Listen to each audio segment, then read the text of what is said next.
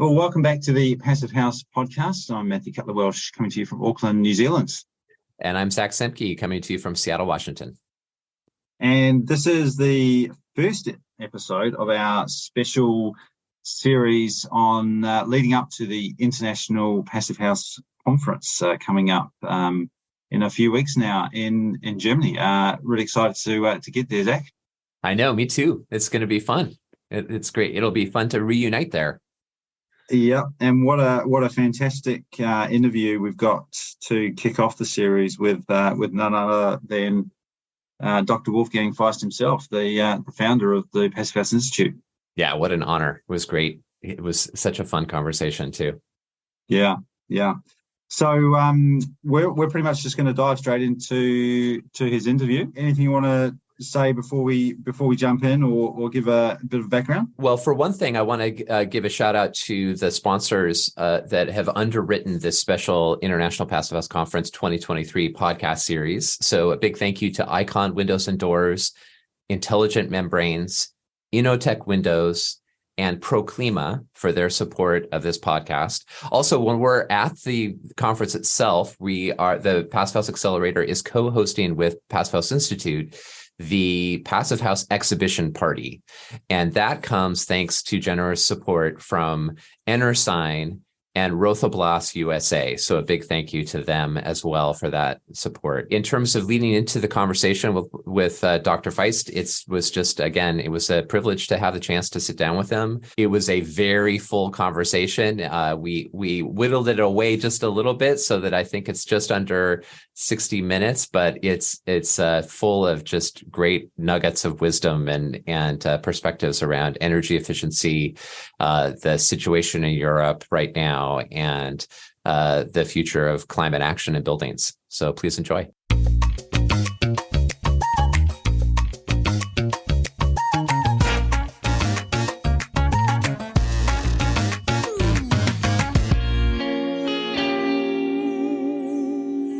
I have the great privilege to have Dr. Wolfgang Feist, the founder of Passive House Institute, on the Passive House podcast.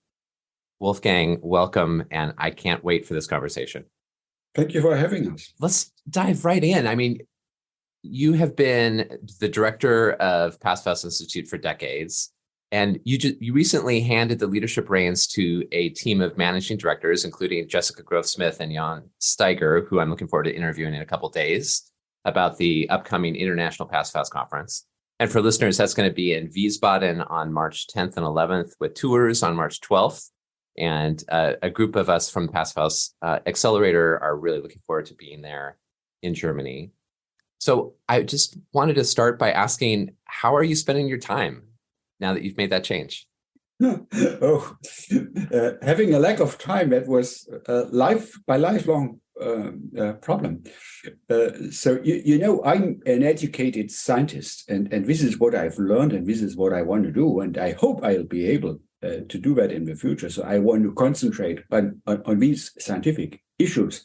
And it's a good thing to have a younger generation taking over the administrative work and all these things, which of course have to be done in such an institute. Yeah, you have a great team, and certainly a formidable group of leaders who are taking that on, which is exciting. And so what sort of scientific questions are you looking to pursue? This is always, there's a lot of things. And I was dreaming for a long time also to return a bit more to my basic studies. I have been doing astronomy during my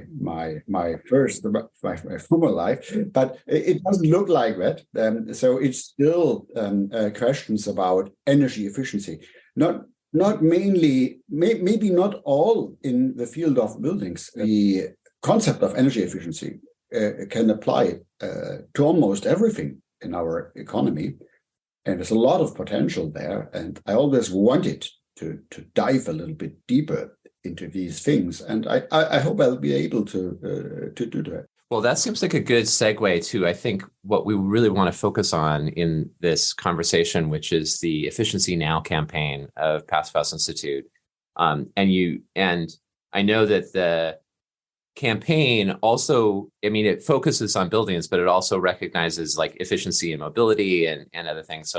So it, I think, also has a connection to your scientific interests. But a lot has been going on in Europe in the last year and a half. So the Efficiency Now campaign is a response to the Russian invasion of Ukraine and this clear urgency that it's revealed that we need to end our dependency on fossil fuels, correct? Yeah, of course. Well, of course, it was always the case that with efficiency, we can bring the most important contribution to mitigate climate change.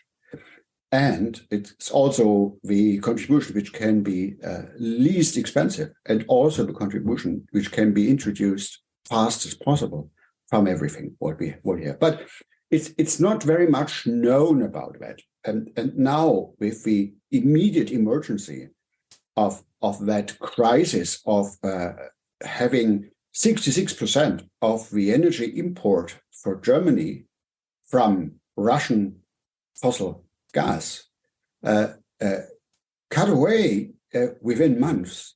Yeah, it became clear that it's extremely important now to make these approaches available, and to communicate these approaches. And that was where we said, so now we have to communicate energy efficiency, because it's the fastest, cheapest, and best available way to react to such an emergency. The surprising thing is that it's not accepted in, say, politics and in also a lot of academia. I was surprised it's even not known. It's almost everything which is being discussed right now is in other fields. So what has been done from the government, the German government, was mainly and first of all to look for other delivery paths of fossil gas. Right. For example, looking for fracking gas from the US, which is now delivered, or going to Middle East to beg for liquid natural gas for another dictator, exchanging Putin to somebody else. It's a little bit surprising, or looking for additional brown coal, even bringing in the police to bring the protesters down from the field where the brown coal should be taken, or going to additional subsidies for fossil fuels. 200 billion euros are taken from the German government, makes available for the German government to subsidize fossil fuel in Germany, because they fear that people might get angry if they have to pay too much for heating from the now much more expensive natural gas. Or I shouldn't call that natural gas. It's fossil gas. Yeah, I have the same struggle. Yeah, unlearn that sort of propaganda, the term natural. Yes, it's propaganda. But the silly thing is that most people don't get it. They just have that feeling that if there is not enough gas coming from Russia, we have to look for other sources of the same stuff. And if that's more expensive, we have to subsidize it from it. So that's the official governmental policy still. So that's a little bit surprising for people like us. Because I think we know that there are paths which are much faster, much cheaper, much better, and at the same time solving the climate problems, which we can take. And this is why we decided to have that Efficiency Now campaign, because this is what could help the most. And what I realized then is that a lot of people just do not understand it. They just don't understand it. They always ask, now, if we can't use the coal, and if we can't use the brown coal. And if we can't use the oil, it can't use the gas, it shouldn't use nuclear, what kind of energy all the hell should we use? This is the question asked. Yeah. And then the only answers which come is, wind energy and photovoltaics and so on, which is, of course, an important part of the solution. But what is not so much clear is that, we will need a lot of wind energy and we will need a lot of photovoltaic. It will be almost everywhere. I see that it will have to be almost everywhere, but that would still be not sufficient to substitute all these fossil fuels we are using right now. Yeah? So it's only a chance if we improve efficiency by a lot, with what we know. And we also know that that is possible. It's not a big problem to do that.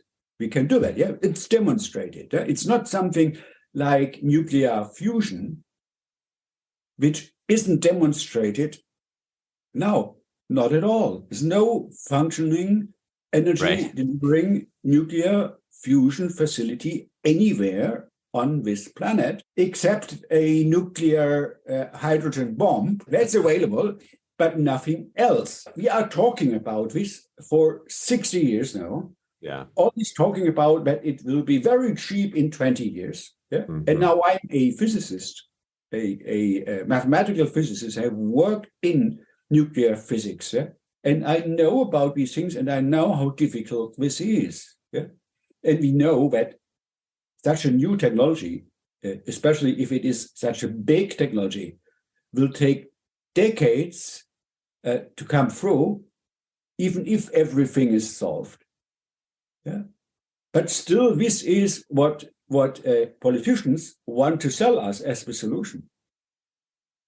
Right. And meanwhile, under our noses, we have energy efficiency. It is not only a possibility. I see that at the time we started these things in the early 70s, mid-70s, William Shockley and others, there were a lot of people worldwide working on this. This was an idea. It was clear from the physics that this would be working. Never ever doubted that it would be working, but it was an idea. But now it's reality. How many passive houses in the US? Several 10,000s. 10,000s of built passive houses, which consume almost this is how we have to communicate that, almost no energy. That's a very little bit. It's a very low amount of energy which is needed for that. This is working. It's not just an idea. It is actually working in 10,000s of built buildings. And us too, we know that it even doesn't have to be more expensive. There are special examples, especially in the US. I remember that example from near Washington. Maybe Orchards in Arenco, that project, perhaps? I'm not sure. Oh no, that's still another one. So there might be even more. And these buildings haven't been 1 cent more expensive in construction than ordinary buildings. So this is possible. It's possible to build in a way which is very comfortable and doesn't cost from the investment much more than normal costs. It does not consume any energy at all. Only very little bit, which is very easy to gain from renewables. Not just that we say this is possible, we can show the cases where it has been done, successfully measured, and proven that it's comfortable, that it has good indoor air quality, better than in normal buildings, that it improves comfort for the people, that it creates additional work places, and so on. So there are only advantages. So and this is why I see this is important. But I also see that all these things are not really known, at least not by those who still decide most of the decisions made in that field. That's what I see. So this is why we have to think about what what the hell are we doing wrong? Right. There must be something which we are doing wrong, because this is such a convincing, easy, and good solution that I do not understand that the people responsible for the decisions even don't talk about it at all. Yeah, that's a problem, I see. Yeah, no kidding. It brings me back to the terminology. I think that Amory Levin's probably coined this term. Maybe not, but the notion of negawatts. Yes. This idea that maybe we need to be talking about efficiency in terms of the energy services that efficiency provides. So you can think of in more in terms of abundance rather than doing with less or something. I don't think that negawatts really ever took off as a communication device, but it seems like maybe he was onto something. And we have to be honest on that. This is what I learned from that now. I think to think of ourselves as some other source of energy, like this megawatt is indeed not the proper way, because this is much better. Oh, okay. What we do is much better. We are looking into the services which the human beings need. I need a comfortable room. I need a healthy air to breathe. I need a humidity which is in the right, and so on. This is what we really need, energy services. Yeah? And we can provide these services. Well, it is a historical joke. So that's how I see it now. It's a historical joke that we decided from the end of the 19th century to now that these services have to be delivered by ever-growing energy demand. This is just a joke, yeah, because it's not true. Yeah? It has been known since the early 20th century that we can provide these services also with much more intelligent solutions. Yeah, and these are the better solutions when to deliver energy. Right. In all respects, yeah, it's completely clear. But this kind of thinking didn't come on the mainstream level in the way it needs to be. And that's what I think we have to start to communicate better. Yeah, I still don't know how to do, but we have to do this. And I now see that the megawatt might be not the right way, because this is somehow as if we are competing against nuclear fusion or against wind energy or against photovoltaics. And to be honest, we don't. If somebody wants to build a wind energy farm, yeah, please do it. We will need as much as possible of this. We are not a competitor against a wind farm or a photovoltaic system. On the contrary, we know that we will need much of that. Yeah? And again, to combine it on a building, for example, why not having photovoltaics on almost every facade, everywhere where we build a new building? Maybe not in the northern wall, but almost everywhere. Why not? There is so much need for renewable energy that's a good idea to use an area which is needed anyhow. So anyhow, if you build a new building, you need that area, and then you can of course cover the area with photovoltaics. Why not? And the price for the cover with photovoltaics is not much higher than anything else what you put onto that facade. So why not? Yeah. Let's do that, yeah. But at the same time, improve the insulation so that the photovoltaic energy we are gaining is not needed for wasting it for heating that building, but can be used for other purposes, which also need energy. Yeah? But what people don't understand is the amount of fossil energy we are using right now. This is such a huge amount. Yeah? In the US, I think it's still 10 kilowatts per person, something like that. 10,000 watts all the time, 24 hours, 7 days a week, 10,000 watts. That's the power of 100 persons all the time working for each of us to deliver us the energy services. And what are we actually doing with them? Just keeping our rooms a little bit warmer, just driving our 2-ton cars around the corner. It makes so much sense that negawatts is very insufficient in describing what this project is about, because really this is more about holistic human well-being that these buildings can deliver. So we are much better than providing another watt, whatever mega or nega or gigawatt. Yeah, not at all. Yeah, we deliver the services which the human beings need, and we can do so without destroying the environment. We can totally embed that in a natural recirculation currents. Yeah, can use energy which is being provided by the sun to the earth anyhow, which we can take to run these services without any environmental problem if we do it right. That is our message, yeah? And not a competition to this dirty coal, petrol, fossil gas business.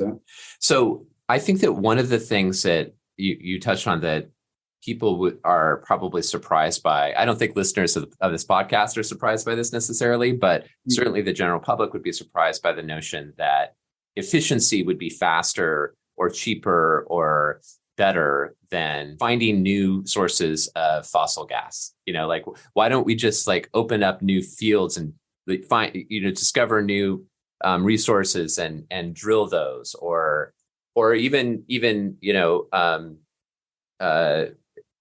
deploy more renewable energy right away.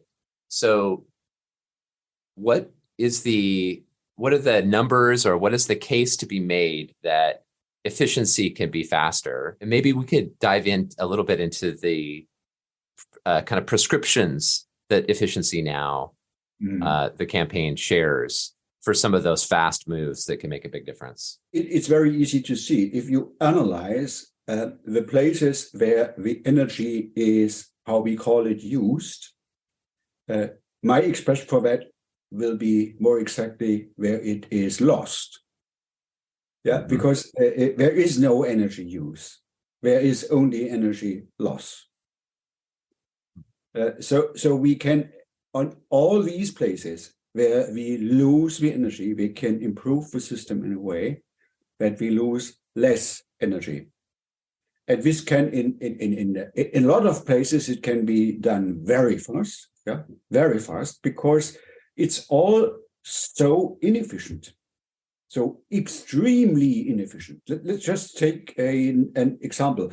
If you want to go to the bakery to buy a bread, you can use your SUV, your 2.5-ton car, accelerate it to how much in the US? 30 miles. You're probably going 35 miles per hour, probably. 35 miles per hour, then stop it by using the brakes, which converts all that kinetic energy you have just provided to be 2.5 tons into the brake and making it thermal energy, which will be delivered to the environment. And when you buy your 200 grams of bread, and yeah, this is just, we are laughing. This is what we do all the time. Yeah. So now, if some people think it's not a good approach to go the same mile by a bicycle, it would definitely be my choice. Yeah. So this is something that's also discussed now in academia. People call sufficiency, but I don't suffer by that. So the whole terminus sufficiency is, in my opinion, a wrong notation. Yeah. So as long as people suffer about something like that, it's not a good solution. We don't want to suffer in the future. Yeah. This is not necessary. But you can do the same way if you don't want to use the bicycle. You can do the same way with a lightweight electrical vehicle. These are available. and they are not expensive right now. Yeah? And you are as fast as you would have been with your SUV, and the weight of that vehicle is 30 kilograms or 50 or maybe 60. Yeah. And you can still get this bread, and you come back, you will find your parking lot easily, because it's what has been a parking lot for an SUV will be 4 parking lots for these lightweight vehicles. Yeah.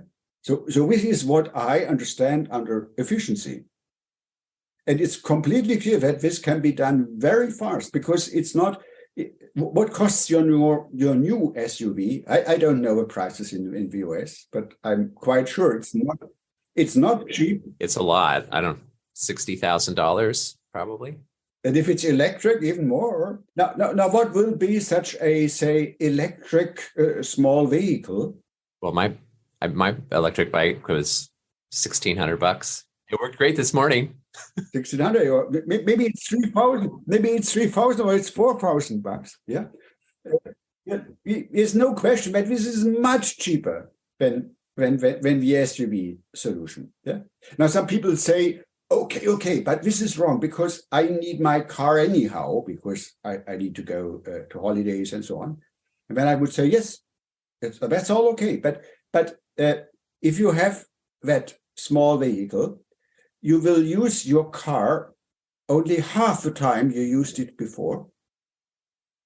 So you'll have to buy this 60,000 dollar car, only say not every 8 years, but maybe only every 10 years or every 12 years. And you save much more money. So this is, there's no way around that these solutions, these more efficient solutions, are much less expensive than any other kind of solution. And this is just now exemplified with the car. Yeah? So now our field is not the car, it's the building. But in the field of buildings, this is even more obvious. It's completely obvious. Look into all these passive houses which have been built. It's always, you don't build a passive house because you want to build a passive house. You build a passive house on a place where you want to build a house anyhow.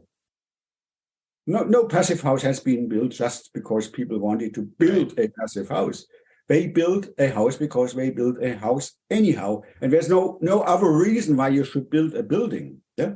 You build it because you need it anyhow. So now you look at the different costs between a normal building and a passive house building. Yeah.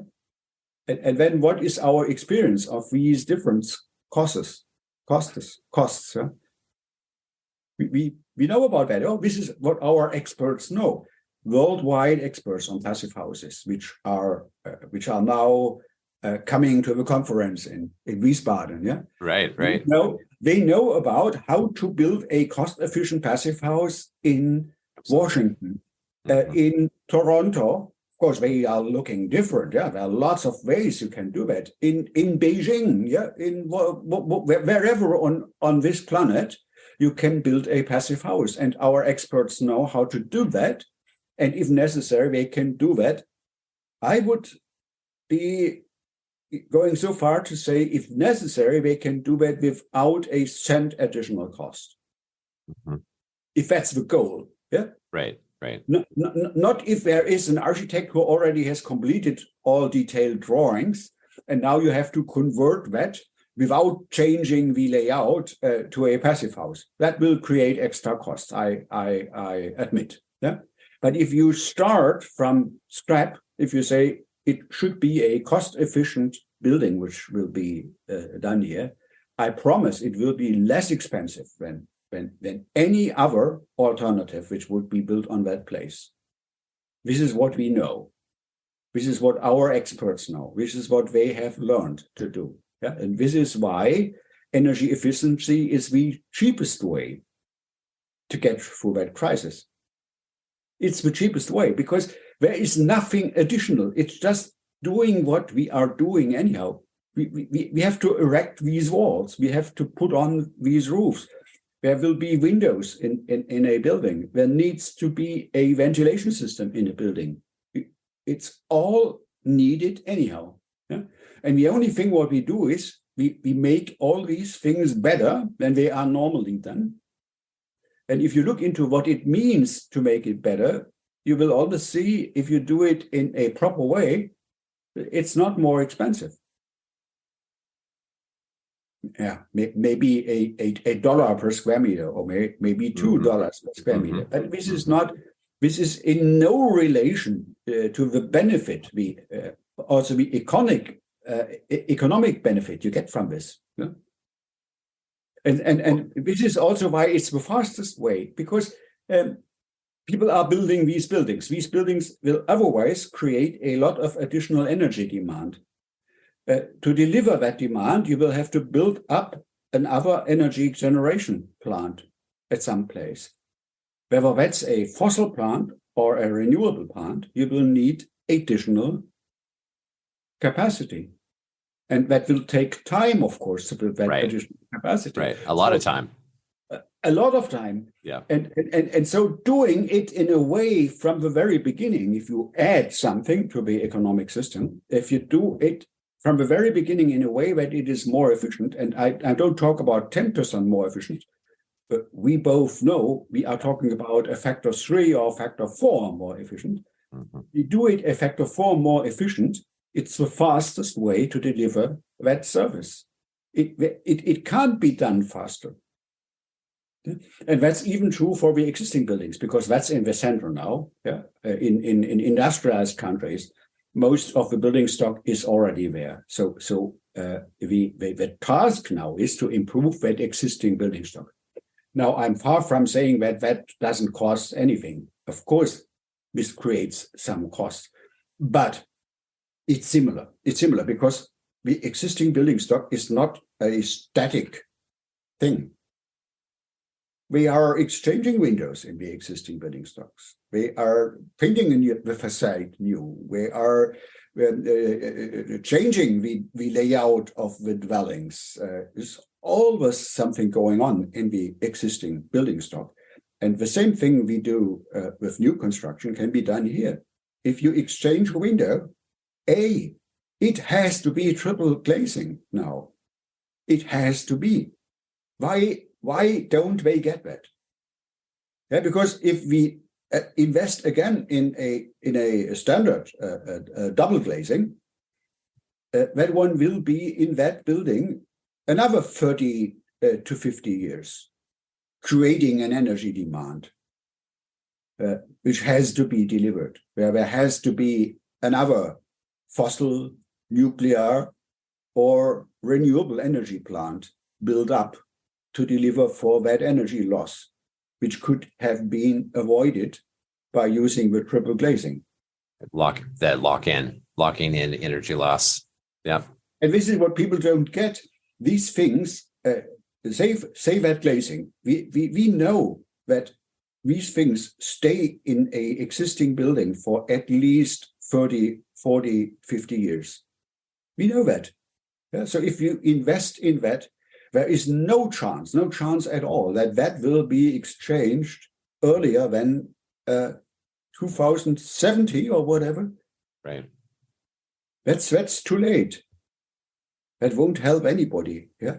So these are things we have to do now, and this is what I'm a little bit concerned to see that it seems for me that a lot of people just don't get that. These are the chances, because if you now exchange a window, the difference of costs using a triple pane instead of a double pane, what is that? I don't know in the US. In Germany, I know. That's about 20 euro per square meter. 20 euros additional cost in average. Yeah. And the whole thing costs 300 or 400 per square meter. So it's utterly totally blind to not do that at that very moment. Yeah. So that is what I think is what we have to do, and that is the background for why we say improving energy efficiency is the cheapest, the fastest, the most environmentally sound way to solve the crisis. Yeah, well said. One of the really, I think, powerful distillations and kind of the approach to retrofits that you and the Passive House Institute kind of espouse or support is that idea of, if you touch it, if you do it right. So if you're going to be replacing windows or modifying them with facade, that's the moment to do that element, that component, do it right. And I think it's powerful, I think, because not only is it this smart and efficient and cost effective way to approach this, but it also is so easy for people to absorb and remember, as an organizing principle in interventions. But this was actually not our idea. Mm-hmm. It was a colleague of mine, Professor Ehm, who was for a long time the leading figure in the German Ministry for Construction for a very long time. Wow. Yeah. And he came up with that. That he said, there is these measures we can take at the very moment where you say, for example, do a repainting of your facade. You already have a scaffolding. Right. So now is the moment. Now you can do the improved insulation. And now you only have the difference of the costs. Yeah. And what is more important, if you don't do it now, you will never do it in the next 50 years. Right. Yeah. So this is why this is so important. Yeah? And this is again why this is the most energy efficient and the most also cost efficient and the most cheap way to do these things. Yeah? Because it's done anyhow. The only thing you need here is the know-how, and that's again where the conference comes in. Yeah, because all these people coming to the conference, all these people in the environment of the Passive House Accelerator, in the environment of the Chinese constructors who build passive houses, these are the people who know how to do this. We know how to do this. We also know it's not so very difficult. Well, you have to learn something. You have to unlearn some of the biases. The triple glazing is not difficult. It's not more difficult than a double glazing. There's no problem with it at all. It's so easy to install. Yeah. So it's just a question, why aren't we doing it anyhow all the time? So now I have looked up what are the reasons. Well, the reasons are, a lot of people in Germany still think that if you now use better windows, you will get a damage to the wall. Oh. Because now the dew point is moving from the window where it has been all the time to the wall. And I just have seen that it was even in some regulatory issues in the German law. This utter nonsense. It's utter nonsense, because if the temperature of your wall isn't below the dew point, it will not be below the dew point. Right. Whatever you do with your window. But people, yes, but the thing is, people have that bias. That's a widespread bias, almost everywhere. What is it saying? If that's when a little knowledge can be dangerous, right? Where you have some little understanding about a principle, but not quite enough. Yeah, of course. That is, and we have a lot of these biases. And some of these biases, they are deliberately spread by some interest groups. Yeah. We have to tell that. That's about, say, security in a car. That's one of these things, yeah? What is being sold by the industry is, the heavier your car, the higher is your security in your car. Volvo has been doing that for a long time. Yeah, exactly. Not only them. Yeah? Not only sure. them. Yeah? Sure. So and we know it's a lie. It's a lie. It may be a little bit more secure for you, but even that is not important. But it is, of course, less secure for everybody who is involved in your experiment. Who's around you, yeah. Yeah, so it's a lie. But the bias is widespread. And lots of the solutions, this is what I have seen, is to unlearn these kinds of biases. They are so widely spread. Another example is the so-called rebound effect. Oh, please go with this one. I love this. Yes. The so-called rebound effect. The Jevons paradox. As we already discussed earlier, no building at all, never has ever been built just because you want to build a passive house. Maybe one exception, our first demonstration. Right. But that might be an exception. I might not have been building an own building in my whole life. It's not so important for me. Right. But I did that because I wanted to demonstrate how you can build an energy efficient building. So in no other case, I know not one other case where a building has been built because somebody wanted to build a passive house. Yeah? It's not happening. Yeah? So people want to build a new building. And now we improve the efficiency by a factor 4 or 5 or even 10. Yeah? That's the range, at least 4. Yeah. So now the consumption of the building, taking everything else the same indoor temperature and so on, will be 1/5 of what it was, of what it would be if you build it in a ordinary way. Yeah? So now maybe that people now think now energy is for me very cheap. That's a factor 5 at least. Yeah. So you turn off your thermostat from what? 21 degree to 22 or something like that. Right.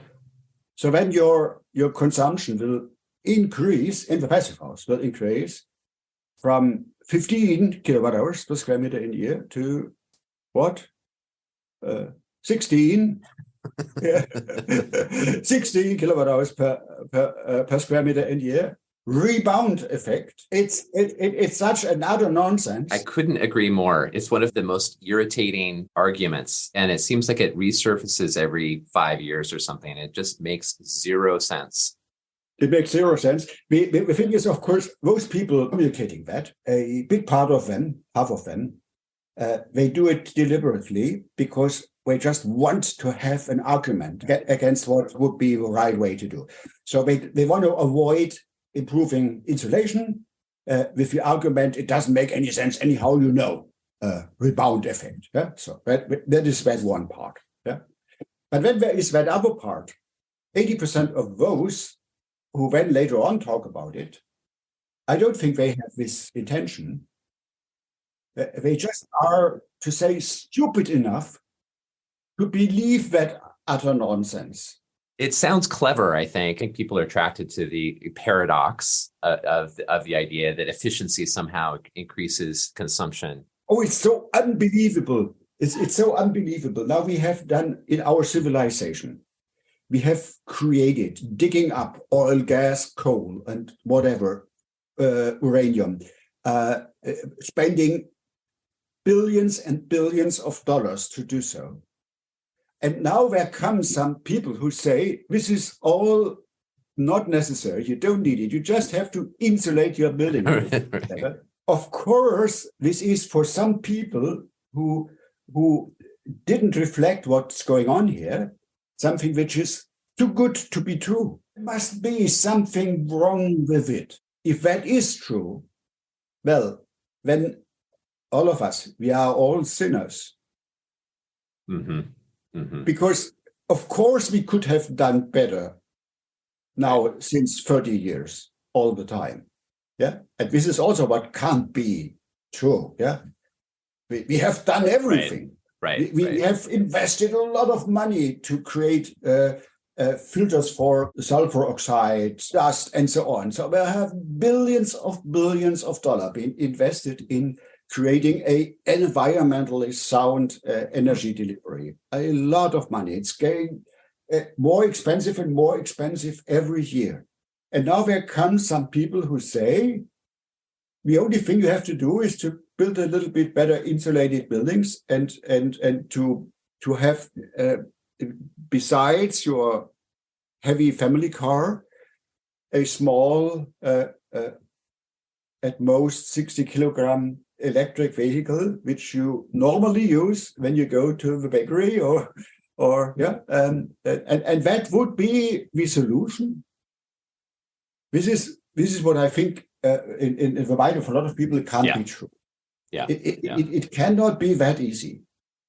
One example where a rebound probably does happen is for people who are in extreme fuel poverty, who then get to live in a passive house and can turn on the heat. Yeah, of course. They have been living with 15 degrees and freezing, and maybe ill the whole winter period. And now they can have 20 degrees or 21. I'm always talking about Celsius degrees. Yeah, right. This is, of course, this is why I say the ideas we are discussing here. This is not megawatts. This is not mainly a purpose to deliver energy. What we do is we deliver service. We deliver comfortable dwellings, also for those who never had such a comfortable dwelling because we were not able to afford that. Yeah, because it's much too expensive for them to heat an ordinary dwelling. Yeah? So now in a passive house, they can have comfortable temperatures, and maybe they use, or they won't use more energy than before. We will still use only very small amount in a passive house. Right. But of course, they won't have these freezing temperatures in their dwelling any longer. We will have comfortable conditions, and this is what the passive house is about. Yeah? Delivering comfortable conditions without suffering and without destroying the environment. Maybe in the US, I don't know much about that, but I can imagine that maybe internal insulation is not the main issue in US buildings. I don't know. Maybe it is, but may also be it is not. So there have to be people looking into the specific circumstances in a given country. What will be the exact measures here? I know that there are in the US since a long time, there are these teams who do vaporization. Yeah? I know that this is going on in the US, and successfully. And what I also think is what we can still improve that using these ideas of if you do it right.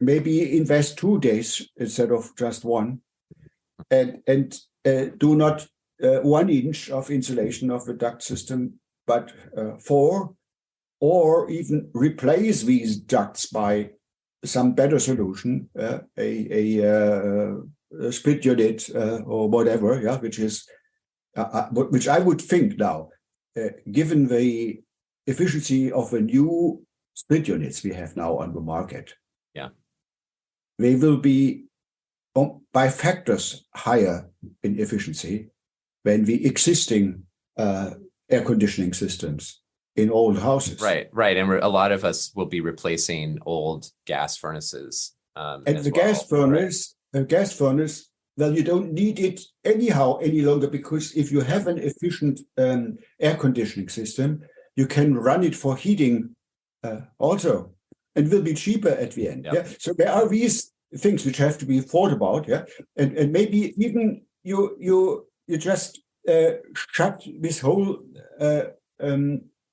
air handler thing and so down completely, substituted by 3 or 4 window-placed split units, which might be even cheaper in the investment when the replacement of the air handler system. So all these things should be thought about. It should be developed in a way which is adequate to the US market, Right. Which is in this respect completely different to the German market because we don't have these air handlers.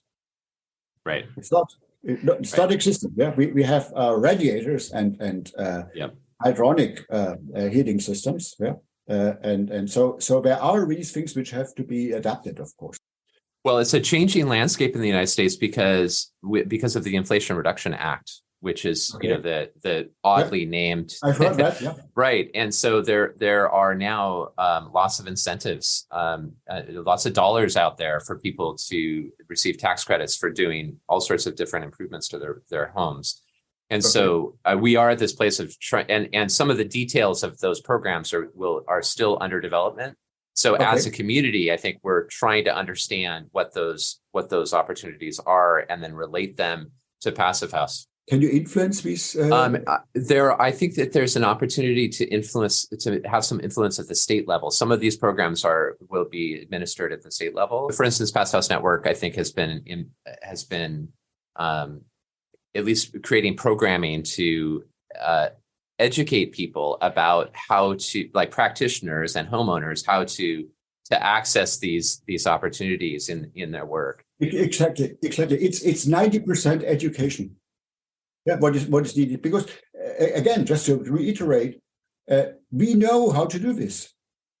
Yeah, because we have done it in the Passive House, and the refurbishment of existing building is with respect to the physical background, the insulation, the air tightness, the ventilation system, the air conditioning, and so on. It's all the same. It's not different to the new construction. It's just to think about how can you implement it in a proper way to existing buildings, and it's always possible. Yeah. So our experts know how to do that. Yeah. Your experts know how to do that. So that would be very important, that there is some influence from these experts to improve the weatherization program, to introduce these important things to that Inflation Reduction Act. It's good to see that in America you do this. Very, very, very surprising, because nothing like that in Germany. So some people might have seen that this is a chance, a real chance, to create additional value, to reduce inflation. Yeah, of course, this is a way to how to reduce inflation, creating additional value, in a way which will help the people. So this is very interesting. This is the motherland of capitalism. Yes, I guess we can claim that. Yeah, I'm afraid that's true. I have to say that the fact that passed, it was miraculous. It seemed like it was impossible, and it happened. I want to share with folks that there are a lot of resources at Passipedia about the Efficiency Now campaign. There are a list of immediate measures that should be taken in buildings. There's this whole, if you do it right, is around retrofits is touched on. You discuss renewable, the kind of three-legged stool of renewable energy efficiency and sufficiency, tips for the trades. So we'll include links to all of that in show notes for this episode, so people can dive in. Efficiency will solve a big chunk of a problem. Yeah. Big chunk of the climate change problem, big chunk of the high costs of energy, and so on. Yeah, it's a big chunk. Also the dependency on some dictators all around the world. Right. That's all being solved by energy efficiency. Yeah. But what I also see, it won't solve all these problems. It's all connected. This is the thing. It's all connected, and this is what Carl Sagan said. We are all stardust. We are connected to these supernova, these neutron star collisions taking place 6 billion, 8 billion years ago, creating the stuff we are made from. That's us. And even though it hasn't changed since Carl said that, when he said that, we didn't know about any other civilization in this cosmos. And we still don't know of any other civilization. It may well be, I don't think so, but it may well be that we are the only one which created consciousness. Yeah? And now we are so keen. Direct citation of Carl Sagan. Now we are so keen to kill each other. It's so stupid. Yeah. I just don't get it. So this is the motivation of everything I'm doing. And as long as there is some hope that we might be able to create an environment in which this survival of this conscious race of stupid naked apes can survive.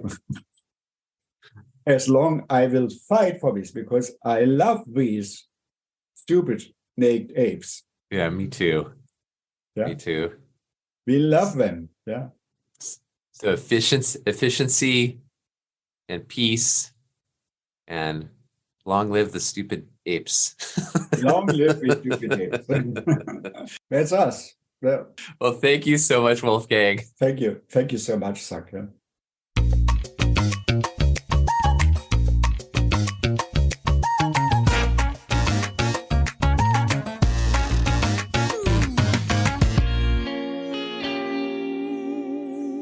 And that was Dr. Wolfgang Feist, who is well known to most of our audience, the founder of the Passive House Institute, and just a wealth of knowledge and passion as well. I think just such an interesting guy to talk to. It always strikes me how thoughtful he is, not just about the thing that he's created around Passive House, but also just stepping back from that and thinking about, why he did that in the first place. He could easily, I think, have gone down a pathway of energy efficiency in some other area that he alluded to. He's interested in cars, interested in transport, interested in other things. So we're very lucky to have someone like that to have kicked off things in the building sector. Yeah, well, he also could have just been an astrophysicist as well. That's right. I mean, it was fun how the conversation was bookended by that, and of course by the famous blue dot and Carl Sagan's words around that. Yeah. So much in there. I couldn't help thinking of. I was born in '77, so I kind of heard a little bit about the oil crash in the '70s and what that did. In the context of little old New Zealand, where I am, essentially that was what led to us having insulation put into the building code. So up until then, houses didn't have insulation, and then there were fuel ration days where you could only put petrol in your car if you lived on a certain side of the street or something, and that it was a genuine crisis of energy supply. And here we are more than 40 years on, and it sounds very similar. And I really think that's such an important point that Wolfgang makes, that all the solutions are around how do we carry on life as normal, but substituting the supply of that energy, rather than saying, well, what is it that we're actually trying to achieve? And do we really need to be taking that 2.5 tons down the road to get what we ultimately want? And it's such a good analogy for our homes. It's like, do we need just endless amounts of energy in order to be in the right temperature, the right humidity, and adequate supply of fresh air? And clearly the answer is no. If we design things better, then we just use efficiency as a very viable alternative energy source. Yes, absolutely. I think that and hearkening back to the 70s and the impact that had on our relationship with energy, at least until the 80s, I think is right on. I think that actually there's just an article, an assessment by in the Economist magazine of the impact that both the invasion of Ukraine and the fallout from that as well as the new incentives that have been passed, including the Inflation Reduction Act, the impact that has had on the pace of the clean energy transition. And their assessment is that it has accelerated that transition by 5 to 10 years. And this is they're drawing on data from the International Energy Agency to make that claim. So there's definitely a sense and an emerging kind of understanding that it is having an impact. And also, I think we can also still be frustrated with maybe the lack of focus necessarily on efficiency in that. And so I think there's still a lot of potential to make that transition more effective and quicker in buildings, thanks to efficiency. And I thought that was really well outlined by Wolfgang in terms of like, these are the reasons that efficiency makes sense. It's actually these are the fastest, most cost-effective moves we can make to remove our reliance on not natural gas, but unnatural gas, fossil gas. Yeah, I hadn't heard that term before, and I think it's a good point.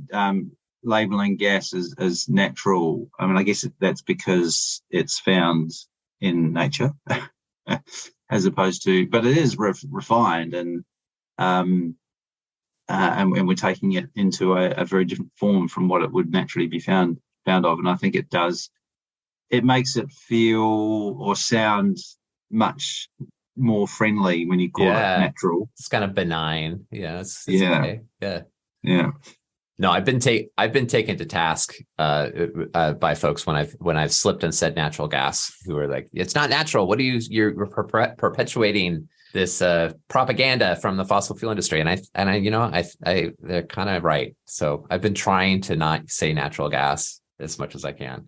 Well, I guess the better way is to just talk about electrification and the benefits of having non-fossil fuel supplies, but that's still second to efficiency, and efficiency now being the central theme of the upcoming International Passive House Conference. I think is very timely and a great topic. Just want to touch on, I'm really glad you brought up the issue of fuel poverty when talking about the rebound effect. Now, this does come up quite often. I think you dispelled it very well in terms of the general market.